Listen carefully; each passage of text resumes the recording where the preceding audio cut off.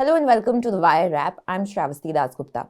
A week after the Enforcement Directorate conducted raids on the offices of IPAC, which is the political consultant firm of the TMC in West Bengal, heated scenes in the Supreme Court, with the Supreme Court now saying that central agencies cannot be stopped from conducting their actions and state governments cannot obstruct their activities. On the other hand, ahead of elections in Tamil Nadu, two separate films have faced hurdles from the CBFC, with questions being raised about whether this has anything to do with the elections that are coming around or whether the central government and the BJP have any role in how the Censor board has been acting over there. And back in Delhi, the Badminton Open is facing criticism for a slew of incidents that have taken place over the past few days, including players dropping out of the Open because of air pollution, but more recently, bird droppings and monkeys being seen during the event over there. To discuss all this, I'm being joined by Seema Chishti. She's editor at The Wire, as well as Jomi Thomas. He is Chief of Bureau at the National Bureau of Malayalam Manorama. Thank you so much for joining us. But first, before we get into all these topics that we have discussed, teased at the top of our show, first let's talk about the BMC polls and the Maharashtra civic polls, where the results are just about coming in. And it seems, just to tell our viewers, that the BJP and the Shiv Sena are proceeding to win those elections over there. In a quick minute, Seema, what stands out for you? Okay, I'll try and do it quicker. So for me, what stands out is that the polls are being held after 9 years. So there's a 4-year delay, and that is absolutely throttling for any democracy if at the local level. In the most expensive, well-endowed BMC, the annual budget is 74,500 crores. It's one of the, and you don't have any oversight because there've been no elections. So I think that is of concern. I'm glad the polls have been held, and we have results coming in. But all these stories of cash actually being offered at doorsteps, journalists have done first-hand accounts of that is disturbing as to what kind of election has been held. And there were also extensive reports of markers, the indelible ink which India is so proud of. We export that to Afghanistan and other democracies, other countries who want to turn into democracies. And if you're using markers which Dettol cleanser is able to kind of take off the next day, I worry about these things.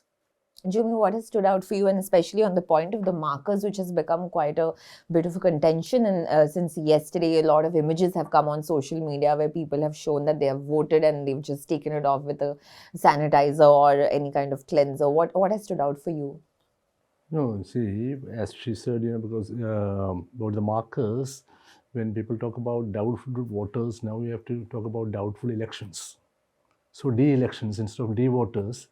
I think that's the way we have to look at it, because now it's nothing new, because nothing kind of exceptional that these kind of things happened in BMC elections also. It's happening in other elections, and the people who are supposed to take action is not at all bothered. I think they want, this is the way they want things to be, that's it. And I think we have to look at the kind of new permutation combinations that have happened in BMC, the political realignments, how it is going to reflect at the national level also is worth watching.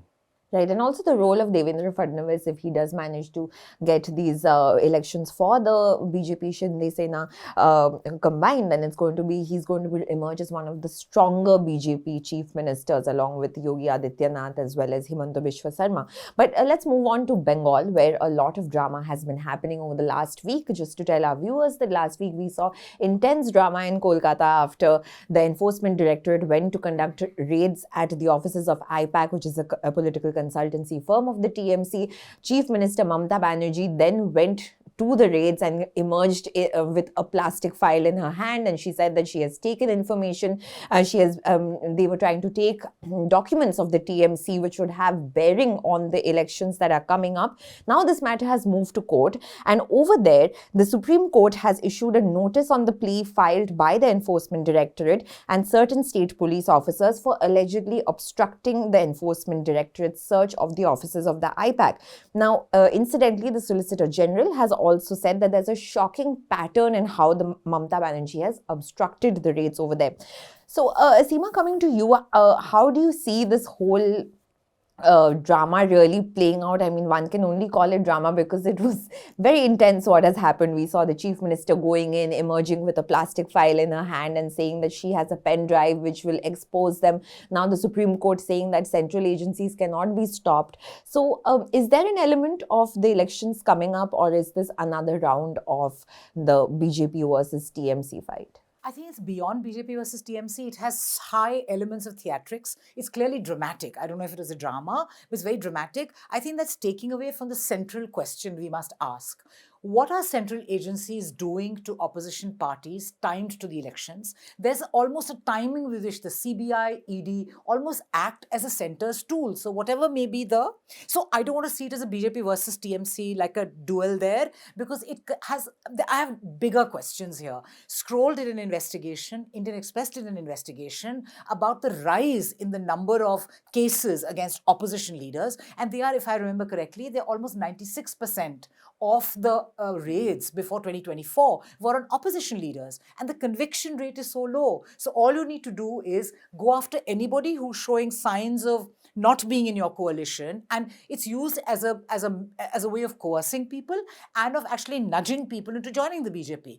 Something that we've forgotten now was the washing machine idea, that so many leaders who were in the opposition, they're raided, and miraculously, lo and behold, they joined the BJP coalition. So for me, what's very disturbing is the ED turning up like this. I'm sure they would have known the IPAC's deals. IPAC, I'm sure, collects its money, its fees in white. It's a well-known fact. What was it that the ED needed to investigate at the IPAC office? Of course, there are other subsidiary questions about why should political parties even outsource their politics to consultancies, but I think that's for another question. So the question that Seema is saying, that of course the fact is that the raid, the ED says, is allegedly in connection with a coal scam. Now the TMC has said that the last round of questioning in court, they said that happened in 2024, February 2024, and now just before the election this raid is being conducted, and therefore they are contending that this has everything to do with elections. How do you see this? No, I kind of agree with what the TMC is saying, because it's all happening just before the elections, means months before.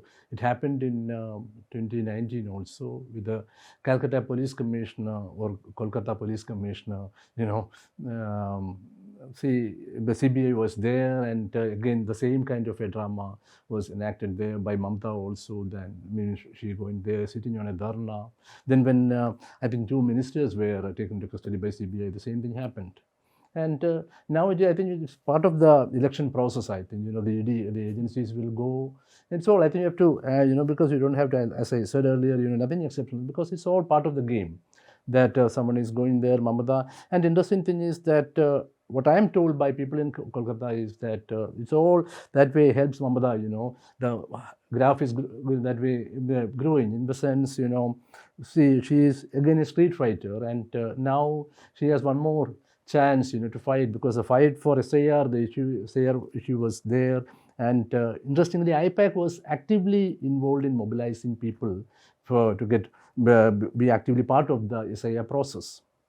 And I think I don't think that's what the EC really wanted, So that happened, and so now in a way, I don't think it's just that way to this particular coal scam alone, or the papers, because as you rightly said, in 2024, February, that was the last, questioning happened in the so-called coal scam. Again, linked to TMC, only the kind of money they used in Bengal elections, Goa elections. The same allegation was there against Aam Aadmi Party also, this money used in Goa elections, that was there, and they couldn't produce any evidence for that. So now they are doing it, and Mamata is taking him, and I don't know, and it's very interesting that none other than the Home Minister of the country, Mamata, is calling him nasty and naughty. I don't know what she meant by being Home Minister being naughty. And she probably meant naughty KNOTTY, but... But also, as he was just saying, that this happened before the 2019 elections as well, and which is why the BJP and the ED are also saying that this is a pattern that has emerged, and the Mamata Banerjee government and the TMC in particular has sought to obstruct central agencies, and this is something that the Supreme Court has not taken kindly to. Is this something that needs to be looked into, that it's state government, what is the role really of a state government in cooperating with a central agency? They are saying that the permission was not sought. So a lot of grey area there.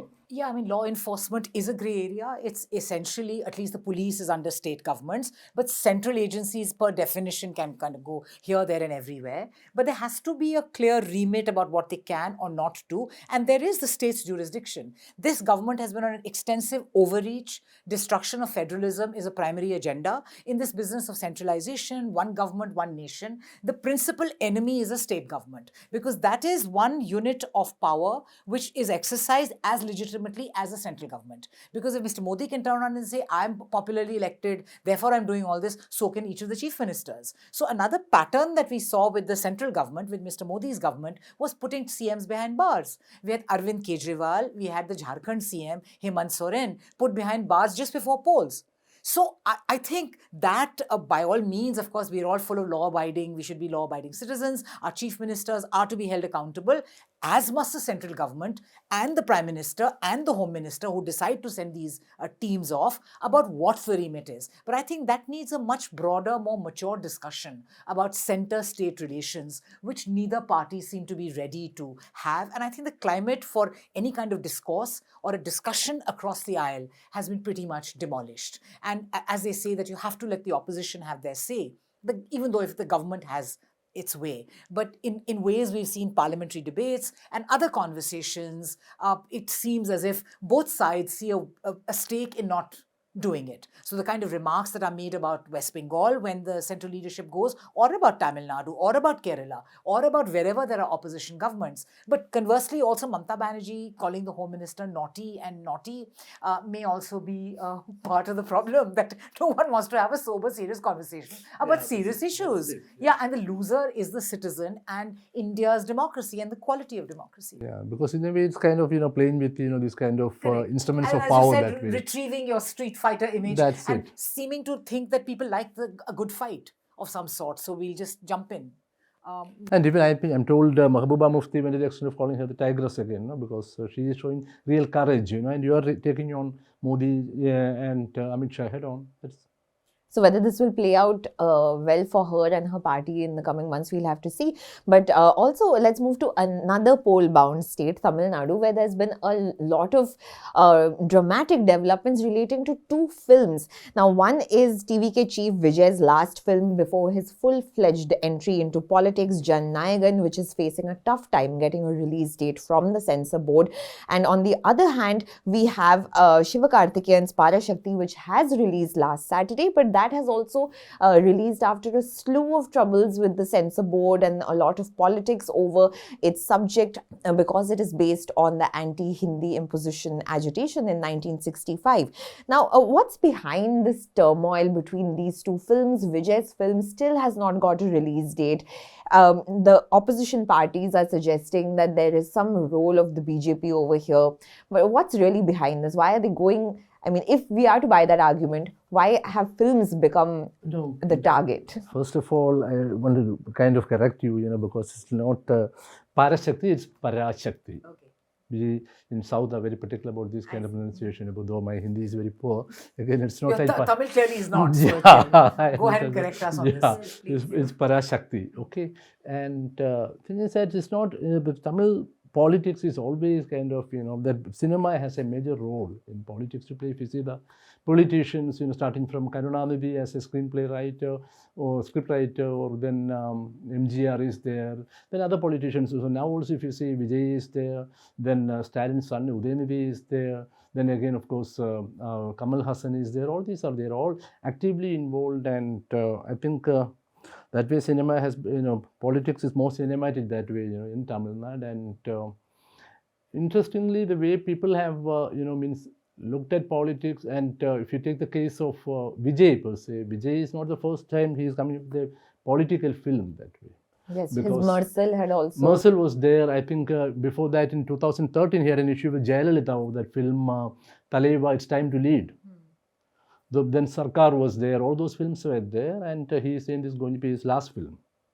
And interesting things are there. Like I think what BJP is trying to do is to kind of trying to pop him up as a hero in the sense because again this victim is there because he is fighting with the state. And I think I would say there is some kind of an understanding because of this whole thing, except from the, money point of view, means whether they are going to lose money for how much they, means they have spent on producing this film. Otherwise, when it comes to this, because just see, for example, in the Karur Stampede, Stalin was kind of soft on him. And Vijay insisted on a CBI inquiry. And finally, somehow it reached the court, and the court decided to have a CBI inquiry, and now he was summoned, and the way he was treated. And I think that if you look at the dynamics of Tamil politics, the way means Vijay now has a decisive. I'm sure he'll have a decisive role, but I don't think he's that way going to win because if you see, other two parties are very strong. They have both very strong cadre. So it's very difficult for him. But I think BJP is trying in a way to cut the anti-BJP votes using Vijay because they want Vijay to be there as a central person. So I think that's where it's the BJP's dilemma really about Vijay, because the third front in Tamil Nadu, as it were, whether it was Vijay Kant's front or this, they say it kind of commands about 17-18% vote. Vijay may get a little more than that. What will his role be in a scenario where the BJP is expected to tie up with an AIDMK minus Jayalalitha? Had Jayalalitha been in the mix, I think the whole situation would have been different. So to the extent that there is anti-incumbency against the DMK led alliance, how is this going to play? The BJP is not quite sure of, and they're worried about Vijay. So while they may want to use him in a bid to cut anti-DMK votes, they don't know if he'll end up cutting anti-incumbency votes.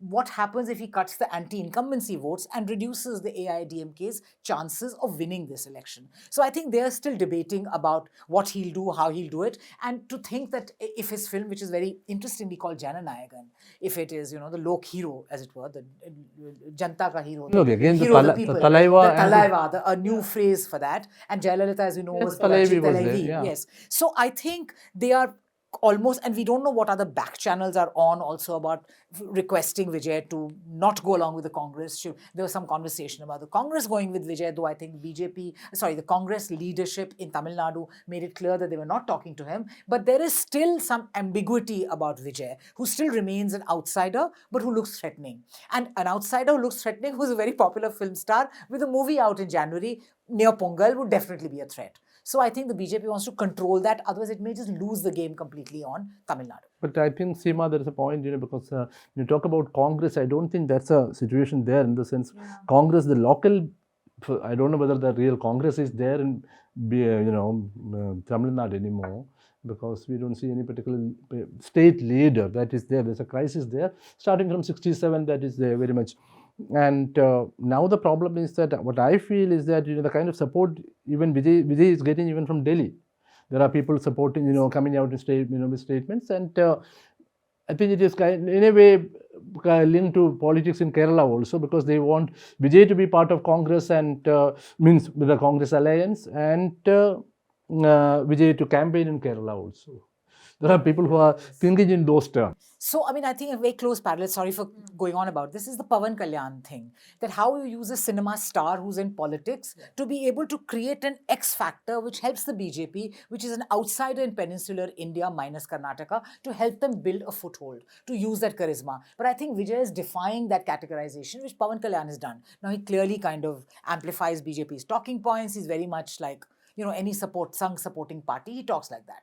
Like in the Hindu vote, etc. So I think they're just figuring out how this thing will go on Vijay. So you'll have often that there'll be remarks about his Christian heritage or his Christian name, So I think they're just figuring out how to do this. And you're right, it may be linked with wanting other... Yeah, that also is there. And again, these local leaders, means though they have some connections with Delhi and some of them are MPs also, but they have their own, I would say, petty interests, when it comes to Tamil Nadu. So they want Vijay to be there on their side and they don't want to go with the DMK. So at the end of all of this, does Vijay eventually come out on top? Because if the BJP wants to use him and the Congress and the opposition, DMK, they are saying that the centre allegedly misusing the censor board to target Vijay. The DMK, as you said, had gone soft on Vijay after the Karur stampede as well. So on both No, sides, that also, the Stalin didn't want to make Vijay a hero there, in politics also there. so either way, he's emerging as a hero. On one side, he has his film, which is facing opposition from a bit of turmoil from the censor board. He's also facing a hostile state government to a certain extent. So his political entry seems quite, he seems to be coming out on top, in your opinion? I doubt. I think it takes time, because, and again, interestingly, one more person is coming up, that is Udayanidhi. Another film star again. But anyway, Vijay is a hero, because after MGR, then came Rajinikanth, now it's Vijay. So it's very evident that definitely he will have a space, but I think I've seen some surveys also from Tamil Nadu, we're saying there is not much of an anti-incumbency factor. But it's a bit surprised because I think people are changing their opinion, because when I traveled in Tamil Nadu, I think in last April, people were talking about, Stalin is going to, find it very difficult to, continue, because there are so many allegations. But last week when I was talking to people there, including journalists, they are saying, not much of a corruption allegation or anything. And this whole image of fighting with the center is very much there. And the core issues, because first of all, of course, federalism and the way he tried to mobilize other opposition leaders also. We had the Chennai conference, and even on the language issue. And language, I think people in Delhi doesn't understand much about, how close it is to their heart, because it's part of their identity. And one more thing is that it's very interesting that even now, means I think the Justice Party was formed in 1916. More than a century now, the same slogans are relevant in Tamil Nadu. And it's giving them votes. All right, so let's move focus now to Delhi, where the spotlight has been on the India Open badminton tournament.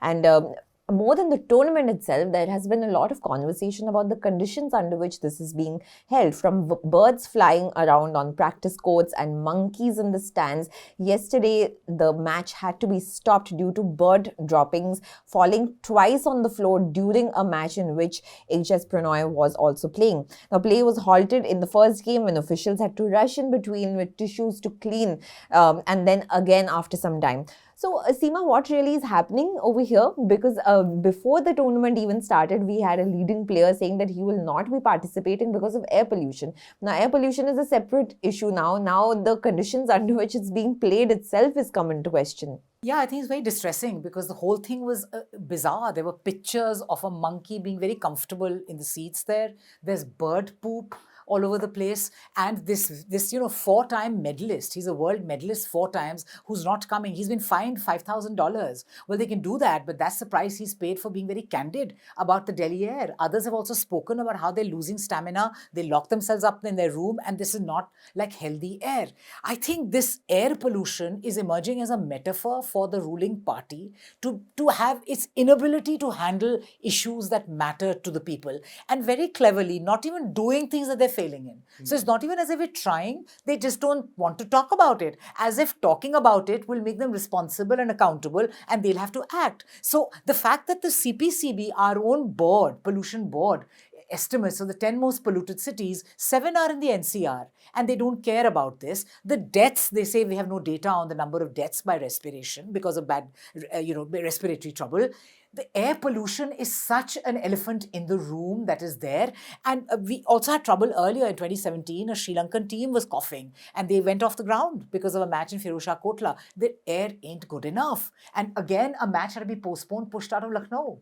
So I think India will really have to take a call. It's moving even beyond Delhi into an entire North India, Western India problem. And like I think other countries, I understand that they may be part of a kind of a growth on a particular economic curve that this happens. Well, you've got to fix it because this is something that you can't opt out of. This is air. It's not even water that you can organize some other pipeline. So I think that's pretty bad. But this other thing about monkeys and bird poop is like really stressful at a time when India is trying to do its Vishwaguru number in the sports arena. We had Jaisha right now talking about winning 10 gold medals, winning 10 medals in the next Olympics. Olympics, which will be held in India in 2036. And what's going on? I mean, by that time, I think in Ahmedabad, the air quality will be like equally appalling as it is in Lucknow and Delhi if we don't fix it.